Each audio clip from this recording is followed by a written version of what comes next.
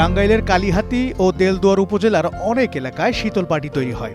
নিখুঁত হাতের বুনন কৌশলে ও কাজের দক্ষতায় যে কোনো সাধারণ পাটিতেও ফুটিয়ে তোলা হয় জ্যামিতিক নকশা।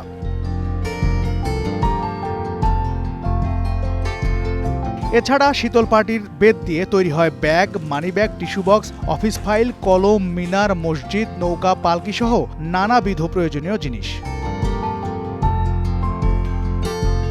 কয়েক বছর ধরে বাজারে প্লাস্টিকের পাটি আসার কারণে শীতল পাটি লোকসানে পরিণত হচ্ছে। পাটি শিল্পীরা জানান, এই পাটি শিল্পকে টিকিয়ে রাখতে হলে আমাদের প্রয়োজন সরকারি সহায়তা। কষ্ট আন্দাজে এত টাকা হয় না, আরো কিছু বাড়তি এলে তাহলে সে না পুষে।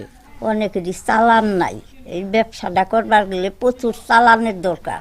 আমরা এই শিল্প টিকিয়ে রাখতে পারবোই না যদি সরকার সহযোগিতা না করে। কম ইন্টারেস্টে যদি কিছু টাকা সহযোগিতা করতো আমাকে মতো পাটি শিল্পকে, তাহলে আমরা একটু এগিয়ে পারতাম।